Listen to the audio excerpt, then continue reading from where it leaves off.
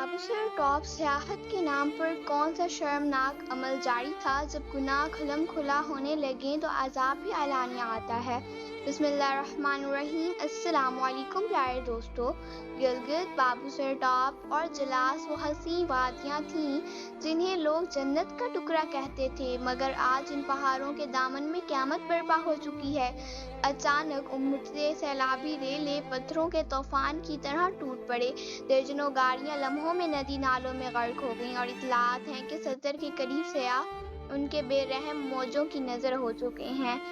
मलबे में फंसी जिंदगियां, पानी में बहती लाशें, मुसाफिरों की चीखों पुकार, ये सब मनाजिर नहीं बल्कि एक चीख है जो हमारे ज़मीर को झंझोड़ रही है। मगर तबाही यहाँ ख़त्म नहीं हुई। ऊपर से बादल यूं फटे जैसे आसमान रो रहा हो। पानी सिर्फ आसमान से नहीं, ज़मीन के अंदर से भी उबल पड़ा। हर तरफ पानी ही पानी, पहाड़, वादियां, नाले, सड़कें, गाड़ियां और इंसान सब तबाही की लिपट में आ चुके हैं। ये मनाजिर दिल हिला देने वाले हैं। आंखें नम हो गईं। दिल ने सवाल किया, आखिर ये सब क्यों हुआ? ये कैसा आज़ाद माशरा है? आजमाइश है या अल्लाह का इंतकाम? नाज़रीन, आज की वीडियो में हम सिर्फ तस्वीर नहीं दिखाएंगे बल्कि इस तबाही की असल वजह देखेंगे। हम आपको बताएंगे कि इन खूबसूरत वादियों में सियाहत के नाम पर बेहयाई, फहाशी और अयानी बाजार कैसे गर्म हो चुका है और कैसे अल्लाह का कहर हर साल किसी न किसी सूरत में इन इलाकों पर नाजिल हो रहा है। ये वीडियो सिर्फ खबरों के लिए नहीं बल्कि आंखें खोलने के लिए है। पाकिस्तान के शुमाली इलाके गिलगित, हिंजा, नारान का गान, शोग्रान, बाबूसर टॉप से करदू और जलास से वो जगह हैं जिन्हें देखकर दिल खुशी से झूम उठता है। लोग कहते हैं अगर ज़मीन पर कहीं जन्नत है तो शायद यही है। ये बर्फ से ढके पहाड़, नीले पानियों वाली झीलें, बल खाते रास्ते, बहते नाले, सरसब्ज वादियाँ, ये सब देखकर इंसान कहता है अगर दुनिया इतनी खूबसूरत है तो जन्नत कैसी होगी।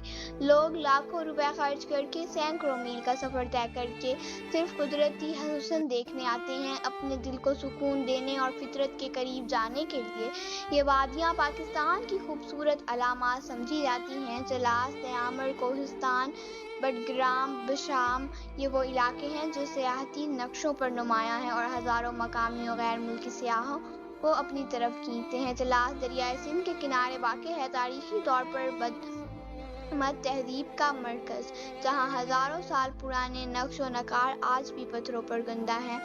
दयामर, जहाँ से नंगा पर्वत के बेस कैंप का रास्ता शुरू होता है, जिसे कातिल पहाड़ के दामन का दरवाज़ा कहते हैं, लेकिन लोग कुदरती हुस्न के लिए इस खतरे को भी गले लगा लेते हैं। कोहिस्तान, जहाँ कदीम रवायात आज भी जिंदा हैं। बडग्राम, जहाँ पहाड़ी दरिया शोर मचाते हैं और गांव पुरसुकून फिजाओं में सोया करते हैं। बिशाम, वो गेट, वो जो शुमाली पाकिस्तान को बाकी मुल्क से जोड़ता है। लेकिन आज यही वादियाँ जो कुदरत का तोहफा थी, कुदरत के कहर का निशाना बन चुकी हैं। वो दरिया जो खूबसूरती का गीत गाते थे अब तबाही का शोर मचा रहे हैं। वो पहाड़ जिन पर सयाह तस्वीरें बनाते थे अब इनके साए में कब्रें बनाई जा रही हैं। जहाँ खैमे लगते थे अब लाशें तलाश की जा रही हैं। ये इलाके इबरत की अलामत बन चुके हैं। अल्लाह ने इन इलाकों को इबादत का मकाम बनाया, हमने इन्हें गुनाहों का अड्डा बना दिया।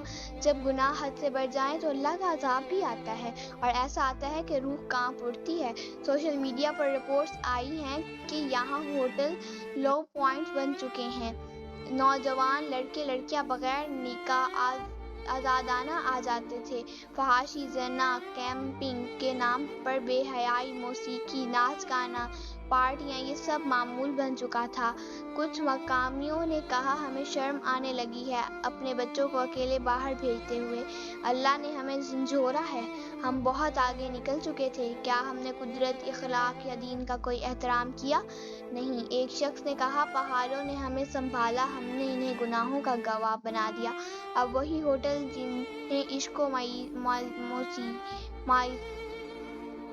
इश्क मासियत के अड्डे कहा जाने लगा था, ज़मीं बोस हो चुके हैं। वो रास्ते जो फैशन और बेपर्दगी के शोकेस थे अब मलबे तले दबे पड़े हैं। ये सब सिर्फ कुदरती आफात नहीं बल्कि एक सख्त तंबी है रब की तरफ से, एक इंतबाह। एक मशहूर डॉक्टर फहद इस्लाम अपनी बीवी और بیٹے کے ساتھ شمالی علاقوں کی سیر پر نکلے، مگر ان کی بیوی کا انتقال ہو گیا اور بیٹے کی لاش نہ مل سکی۔ فہد اسلام تنہا رہ گئے، ایک باپ جس کی دنیا اجڑ گئی، اور وہ اکیلا نہیں، درجنوں خاندان اس قیامت خیز دن کا شکار ہو گئے۔ دنیا لمحوں میں موت میں بدل گئی۔ یہ صرف بارش یا سیلاب نہیں تھا، یہ اللہ کی طرف سے ایک تنبیہ تھی۔ کیا ہم اب بھی آنکھیں بند رکھیں گے یا توبہ کر کے ان حسین وادیوں کو عبادت کا مقام بنا لیں گے؟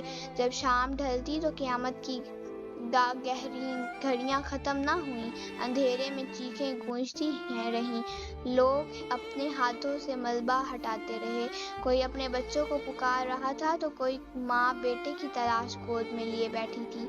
ایک بزرگ محمد اکرم نے کہا، ہم نے اپنی آنکھوں سے عمارتیں زمیں بوس ہوتے دیکھی، اپنے 4 پوتے پوتیوں کو کھو چکے تھے۔ خاتون جملیہ کا بس ایک جملہ تھا، ہائے میں اپنے بچوں کو نہیں بچا سکی۔ یہ الفاظ نہیں، انسانیت کے ٹوٹنے کی آواز تھی۔